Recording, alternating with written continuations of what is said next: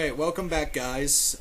We actually left off on a note because Dan wanted to mention something real quick. Dan, what did you want to say? Oh, I was just gonna talk about my idea for the two-movie kind of thing that we talked about after the recording was over. Should I say it again? Or... Oh, go ahead. Oh, okay. Basically, my idea was do what we said before with having the origin explained through a flashback and have them already as a fully established team and family, in the Baxter building and stuff, establish the characters firmly, tell us who they are, and so we get a good sense of, who we're invested in.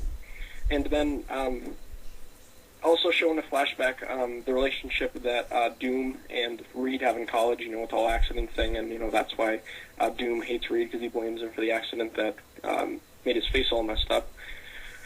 So, I would say, I don't know if I would even have a villain in the first movie, because I think the first movie could work without a villain, because you could have the Fantastic Four, traveling interdimensionally, trying to fight some sort of anomaly or going to space or something, because that's one of the things I didn't like about the other movies, is because the Fantastic Four, I don't even think they went into space besides the origin scene in any of the movies. Silver Surfer was fighting Galactus in the second movie, and that was it. I mean, they were on Earth most of the time, and they were all about high-concept science fiction. So I want to see them doing stuff like that, and you could have them fighting some sort of threat, some dimension is collapsing or something that might make a dimension merge with theirs or something like that, and then reveal at the end of the movie that Victor Von Doom is the guy behind all of it, trying to screw with Reed Richards, and then set him up for the second movie and do things with him there. So that was my idea for two movies, and then I don't know what I would do with the third, but... Yeah. So I just wanted to throw out an idea here. What if... I mean, it's been rumored for the longest time that the Skrulls are going to be in the Avengers movie, but I thought, why not, instead of the Avengers movie, why not have them fight the Fantastic Four, since they were their biggest enemy, one of their biggest enemies? So I thought it'd be only fair, instead of putting the Skrulls in the Avengers movie, why not put them in the Fantastic Four movie as the villain? I don't know where you could put them. I mean, anyone would be fine, since we all agreed that the best way to go is already explaining the origin and the mythos of the family, and probably throwing the Skrulls in there somehow. But Chris thought of a good idea of bringing in another Skrull type character. For all those who remember, Laura, she was Johnny's wife, and she was a Skrull at one point. And you can kind of put that into the story as well. The more I started to think about it, why don't we have already established that the Skrulls have been watching them for a while? They have sleeper agents on Earth. And one of those sleeper agents is Laura. And she kind of gets more closer to Johnny, and she starts to really more understand humans, and she wants to, she becomes more of a double agent, because she kind of feels that she belongs. She doesn't like what her people are trying to do with Earth. So that's kind of a notion of going with the Skrulls as well. Go ahead. Oh, no, go ahead, James. I'll take a little more and build off Chris's or Mount Vernon kid's idea. What if you do the first movie where they get their powers, and say Johnny just happens to have a girlfriend named Laura, and then by the second movie, by the time the Skrulls come up, what if she just shapeshifts in front of him, or he happens to catch her in that form, and is oh my God, you've been one of them all this time? Yeah, see, that's a good one, too. Yeah, Lyra, that'd be great to establish that as well. All right, Mm-hmm. I'm willing to take it one step further as well. What if we had Laura already dating Johnny throughout the first movie, and then the second movie we find out that she's been collecting DNA of all of the Fantastic Four, and then in the second movie reveal the Super Skrull? That's a good idea, too. and have the big scroll invasion the second movie. I mean, I don't know. Like again, I'd say they're fighting someone else at the end of the second movie. It's revealed that two things: Doom's still alive, and Laura's a skrull, and and the skrull invasion would be the big one. Would be like the big overlying plot for one idea. Mm-hmm. All right, let's bounce off of that for a second. Like, let's say in the first appearance of the Skrulls that there was 4 of them, right? All pretending to be the Fantastic Four. Okay. Alright. Take and say that you took care of 3 of them, but one of them managed to get away, and he got into contact with, maybe Dr. Doom was already there, and he kind of found out about Laura, and, he took the DNA from her and gave it to the Skrull and just sent him out there to attack him. Yeah, or, like, how about, like, Doom has she gave it, he stole it from Lara, and, he bartered, for Skrull technology and gave them the ability to create the Super Skrull. Like, he gave him, like, a perfect DNA code to, like, mix all the powers together with one Skrull. In exchange for, like Skrull technology he wanted. I think it's further than that as well. Not even just Super Skrull, but for all those that remember the other kind of Super Skrull, his name was Pybok. They call him the Power Skrull. And you could have them kind of lead the invasion of the Skrulls as well. That's another idea. Yeah. Tori, did you have any ideas? Dan? Just one, really. Because I'm not too familiar with the Skrull stuff, like the stories and stuff, so you guys obviously know a lot more than I do. But if you wanted to run with the lore idea, instead of just revealing, like, all of a sudden that she's a Skrull in the second movie, I feel as if you could, like, have her doing suspicious things, kind of hinting towards the fact that she's a Skrull, but not, like, really say it, like, have her, like, snooping around in, like, Reed's lab or something, and, like, them catch her and be like, what are you doing? And she's like, oh, nothing.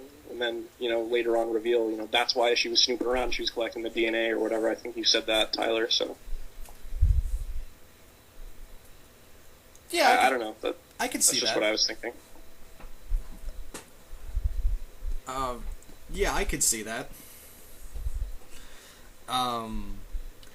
Yeah, I was also thinking, like, I really like the idea of the whole, what Chris was talking about, the whole Skrull invasion. Like, you could lead up at the end, like, midway through the movie, like, Laura, at the end of the first movie's like, Laura's like, I have what we need, prepare the invasion, and then the whole second movie can just be the Skrull invasion, and, not just that, I'd say, like, they've already encountered the Skrulls, but now they have, like, a totally new game plan. And that's what makes them the big threat. I mean, have them already mention that they've already fought the Skrulls before, but they're doing a whole new game. The Skrulls are doing a whole new attack plan, and the fact that Lara is dating Johnny could also hurt the team dynamic.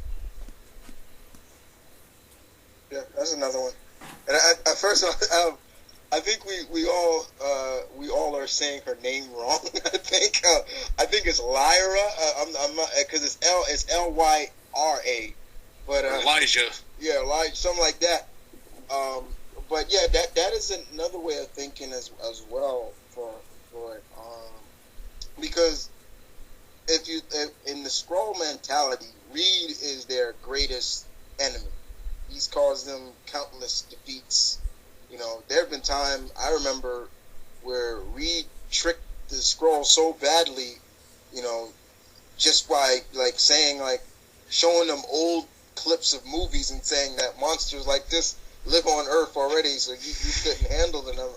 And I just found that so funny. Like, he outsmarted them plenty of times, things like that really would set them apart and be like, we're tired of being defeated by him, we'll send in one of our best agents. And Lyra sent it. She's sent in to manipulate Johnny in a way, and Johnny being the kind of gullible guy he is, he shows her around the Baxterville, and this is where Reed does all his nerd stuff and things like that, and he leaves her there by accident. And I'll take where Dan left off.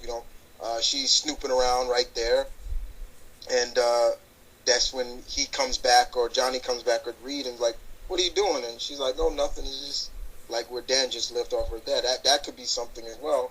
And constantly get to know, she'll get information on all of them. Like she'll have some girl time with Sue and things like that, and talk to Ben and things like so. What's your how much can you lift or something like that? What's your strength capacity? Things like that.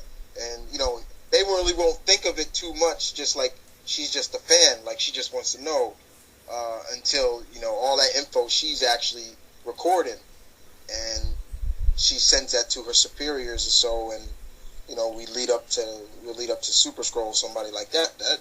That's a way to go as well. Bounce back to that idea about Reed tricking them off the planet with the old monster movies. Yeah. Like, let's say if we updated the story, like, of course now that wouldn't work, but like, what if you already established that they had battled Psycho Man? Because like he has like the illusion projectors and stuff like that. Mm-hmm. Let's say if they took one of his devices and started showing off this, like, hey, there's a monster in the city, you guys ain't got no chance to get something like this, and then that wound up scaring them off. See, that's the other guy I knew I was forgetting. Psycho Man. Yeah. Could he work as a villain? See, that's another villain right there. But yeah, that could work too. I mean, like, let's say they went to the microverse, and if it went to the second movie, we just kind of throw Psycho Man in there, sort of a prologue villain. Yeah. See, that's something that I've always felt, guys, that would have worked for Spider-Man movies as well. Show him in the beginning of the movies fighting one of his B-lister villains, and then go into the main villain to establish that there are other villains. These villains just don't come out of nowhere, and things like that. And that's how I always thought the other Spider-Man movies should have went. Like, have him fight somebody that you really don't really see as too much of a threat, or don't really want to see a whole movie based around them, and then go into the major villain. So yeah, with the Fantastic Four, that's another way, have them face one of their villains before, already established them, and have them face a villain, and then you go into the main villain of the story. Go ahead, T. So, in that sense, how about Psycho Man is like the prologue villain of the second movie, and then Reed, when he's trying to think of a plan to like scare off the Skrulls, he thinks like, oh, we all took Psycho Man's tech. How about we use it against him? Mm-hmm. And so, like, you kind of stretch it off. You drive them, like, you have the regular Skrulls there, and you manage to drive them off like halfway through the movie, and they start running. It's like, hold up a second, that was an illusion. Let's turn around and go back and send the Super Skrull out to kick their asses. Yeah, it's like no, like they go back to the Emperor. It's like they have these giant monsters. He's like, you idiots, that was an illusion. And then he says like, I'm done screwing around. Summon the Super Skrull. Sorry. Oh, that's good. Right. So yeah, like first wave, like after beating Psycho Man, they take on a first wave of Skrulls. They get scared off, but then the Skrull Emperor or Empress, either way they could go. He's like, you messed up.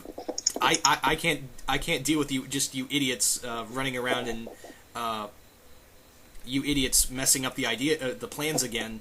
And then they send in Super Skrull, or how about better yet, how about Lyja or Laura, as we're calling her. I know we're mispronouncing the name here, but how about already have Laura established in the first movie and then reveal in the second movie that she's a Skrull? Yeah, we said that. Oh, that's right. Sorry. Yeah.